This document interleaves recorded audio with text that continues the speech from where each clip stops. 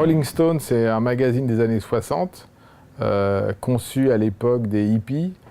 Et dans les années 80, pas du tout tendance pour les annonceurs qui vont chercher des yuppies, des jeunes banquiers aux dents longues. Donc quelque part, s'il faut faire de la pub pour des Rolex ou autres, c'est pas dans Rolling Stone qu'on a l'impression qu'il faut le faire. Et là, l'agence leur fait prendre conscience que ces gens-là, qui avaient peut-être 18 ans à l'époque, sont aujourd'hui aux commandes de la société, sont pleins de fric et sont attachés à leur magazine. Et donc en fait que ce titre, c'est un vivier de pouvoir d'achat. Et donc comment casser cet imaginaire que Rolling Stone, c'est un canard un peu daté pour des babas cool qui n'ont pas de blé, alors qu'aujourd'hui, c'est le canard en fait lu par des quadras qui, au contraire, sont très intéressés par acheter la dernière BMW. Donc, problème de perception face à la réalité du titre. Et là, le courage de l'agence, c'est de se dire, mais on va dire le problème, on va mettre en musique ce problème, on va dire, voilà, vous avez une image complètement fausse du journal, perception, reality. Et là où ils auraient pu se contenter de montrer la cible et d'expliquer de façon quantitative la différence, ils ont commencé à jouer avec ce concept en disant, vous voyez, perception, je sais pas, moi, les brownies qu'on mangeait à l'époque, non, aujourd'hui, ils mangent des Häagen-Dazs qui valent cher et qui sont des glaces haut de gamme. Donc en communiquant à travers des thématiques d'annonceurs, puisque presque à travers des produits sur lesquels les annonceurs auraient pu communiquer dans le titre, ils montrent qu'il y a un vrai décalage et ce qui était au début une campagne presque business to business, confidentielle, devient une campagne de marque, une campagne d'image pour le journal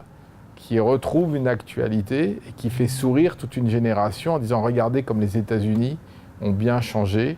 et comme on est passé d'une époque un peu baba cool, peace and love à une époque ultra consumériste,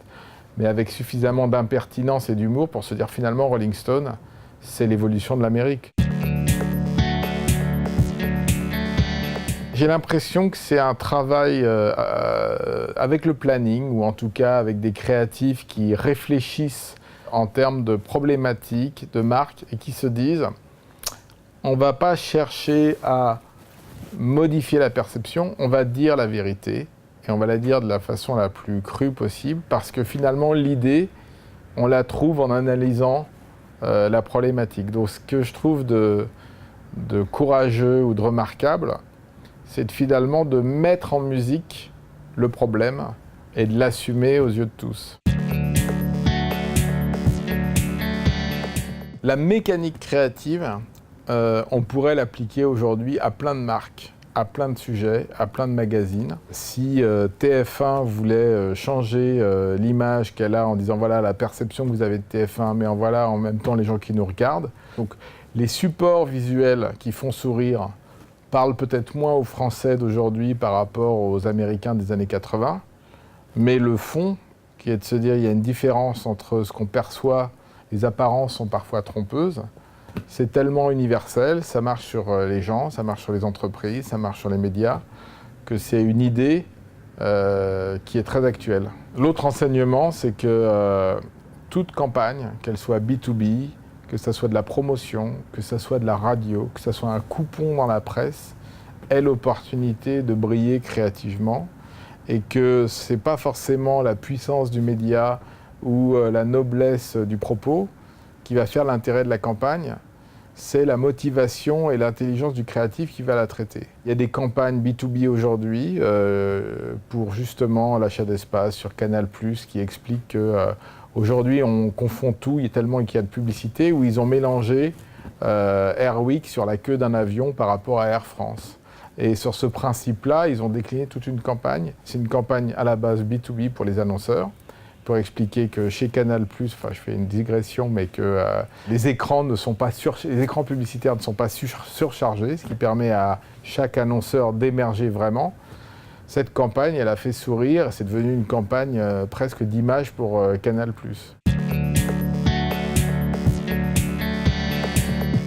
Rolling Stone, c'est l'exemple type où, avant de partir en création, il faut vraiment réfléchir à à qui on parle, quand, comment, pourquoi, dans quel contexte. C'est-à-dire, je dis souvent aux créatifs, ne prenez pas le crayon trop vite, ne cherchez pas à illustrer un brief, posez-vous les pieds sur le bureau et réfléchissez à c'est quoi ce produit, pourquoi vous l'achetez, à qui vous le vendez, qu'est-ce qui va pas. Et la solution vient beaucoup plus de la réflexion sur la problématique qui nous est posée qu'en cherchant une solution. Trop souvent, on a un brief, on pense que c'est de l'argent comptant et on cherche à raconter une histoire pour faire passer un message.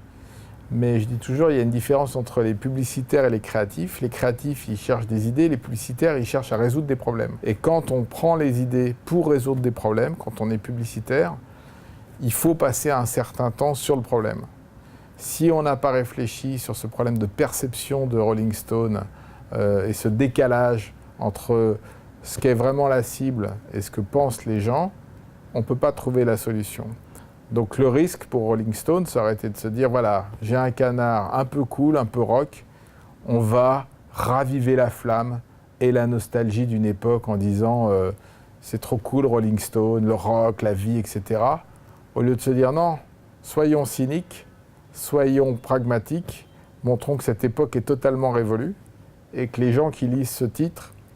ont complètement viré leur cutie, même si ils ont un attachement à leur passé. Donc quelque part, c'est oser presque détruire ce qu'on croit être Rolling Stone, puisque Rolling Stone, c'est presque une institution, et de se dire non, Rolling Stone, c'est un canard de youpi blindé.